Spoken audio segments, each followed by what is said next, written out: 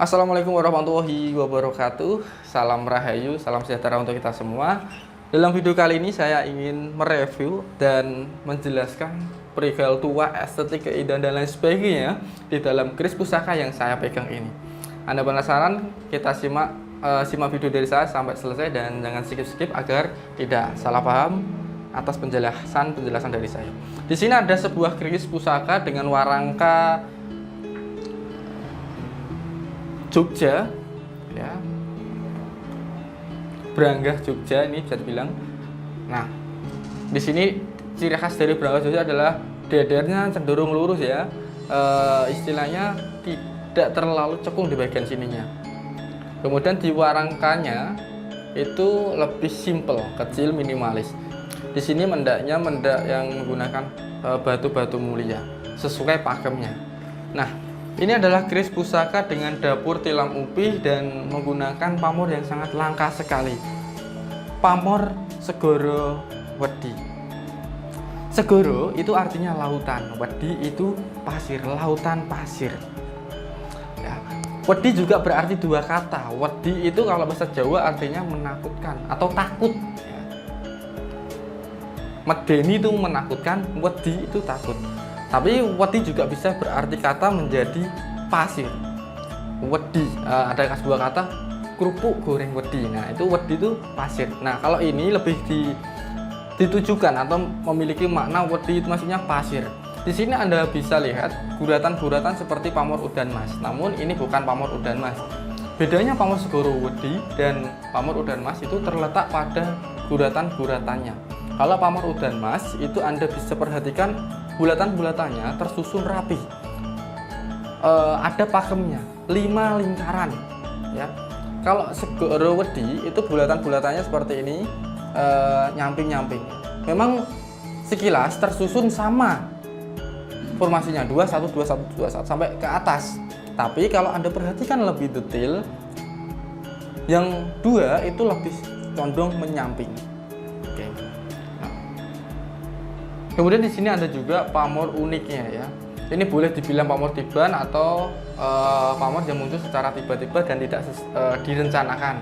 Ini disebut dengan pamor nunggak semi. Nah, filosofi dari pamor wedi, Segoro Wedi dulu. Segoro Wedi, lautan. Ini filosofisnya atau tuah harapan dari sang empu dulu ketika menciptakan pusaka ini adalah memasukkan doa energi spiritual agar sang pemilik atau pemegang pusaka ini dapat menampung segala wawasan yang dia terima, ya. Menampung segala serangan, hujatan. Dia selalu sabar, tabah, istiqomah kepada Tuhan yang Maha Kuasa. Ini disimboliskan dalam dapur lurus, ya, atau bisa dibilang ya luk satu atau leres. Ada yang mengatakan lo satu, tapi keris pada dasarnya itu condong leleh ke depan. Lebih tepatnya bisa dibilang keris leres.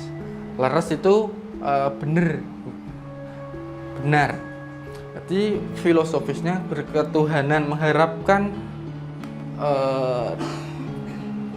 doa, mengharapkan ijabah, doa kita agar diijabah oleh Tuhan yang Maha Kuasa.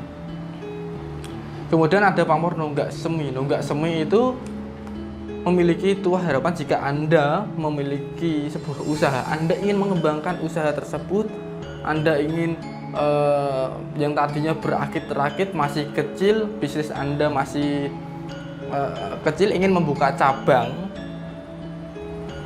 diharapkan agar tidak terjadi gangguan, agar tidak terjadi jatuh ketika di tengah usaha Anda atau perjalanan Anda. Nah, nunggak semi. Nunggak itu ibarat kata kalau bahasa Jawa artinya patok yang lurus, istilahnya kayu yang lurus ke atas. Semi, bersemi, istilahnya kayu yang baru ditancapkan kemudian bisa bersemi, diharapkan bisa bersemi dan menjadi pohon yang besar. Nah,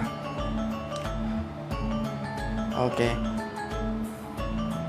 Untuk warangkanya, ini warangkanya menggunakan kayu timoho, ya. Apakah kris pusaka ini juga memiliki tuah untuk perlindungan? Ya, semua kris pusaka itu memiliki tuah perlindungan, apalagi kris pusaka yang memang mengandung atau memiliki kodam. Seperti halnya video yang sudah saya jelaskan sebelumnya, bahwa ketika kita memiliki atau mendapatkan anggota keluarga yang baru, kemudian kita merawatnya dengan sebaik mungkin, maka dengan instingnya dia akan melindungi kita. Dia akan membela kita jika ada gangguan atau bahaya yang menyerang kita. Nah, namun yang lebih dipentingkan dari kris pusaka ini adalah untuk orang-orang yang memiliki usaha pertanian, usaha bisnis. Pemborong itu cocok sekali menggunakan kris pusaka ini. Ada sebuah kisah dari klien-klien saya yang mencari kris pusaka. Ada bertanya tentang, salah satunya bertanya tentang, Mas, saya punya usaha grosiran mainan, saya ingin mengembangkan, saya ingin membuka usaha-usaha yang lain, saya ingin membuat cabang-cabang namun usahanya berbeda. Nah, kira-kira kris apa yang cocok, Mas? Saya sarankan menggunakan kris dengan pamon segoro muncar.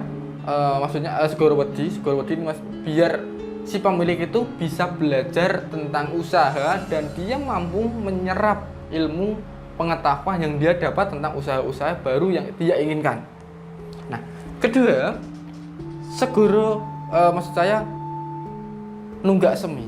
Ketika dia sudah mendapatkan wawasan ilmu pengetahuan tentang usaha bisnis, kemudian dia mau dan yakin membuka usaha baru dengan sesuai dengan apa yang dia ketahui, nunggak, menancapkan tonggak kayu usaha itu tadi, kemudian diharapkan agar bisa berkembang.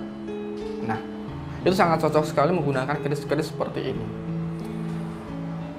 Apakah kris pusaka itu pusaka-pusaka seperti ini perawatannya ribet? Untuk kris pusaka yang warisan atau yang sudah berada di tangan manusia dan sudah dirawat beberapa tahun bahkan puluhan tahun, itu maka perawatannya cukup mudah. Jangan sampai terkena karat dan sesekali Anda bacakan mantra atau doa-doa yang memang khusus untuk pusaka ini. Doa tersebut nanti akan saya berikan kepada pemilik kris pusaka ini yang memang cocok. Kris pusaka itu cocok-cocokan atau bisa dibilang memilih tuanya sendiri.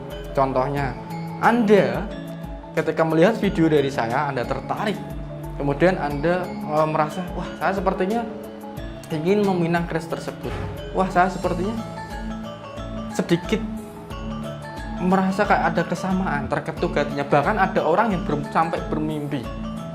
Nah, berarti Anda itu cocok. Silakan kalau Anda mengalami hal seperti itu, Anda silakan hubungi nomor yang tertera di bawah sini. Anda boleh konsultasi tentang usaha Anda apapun, dan nanti akan saya berikan arahan tentang keluhan dari Anda. Sekian video dari saya, semoga bermanfaat. Wassalamualaikum warahmatullahi wabarakatuh.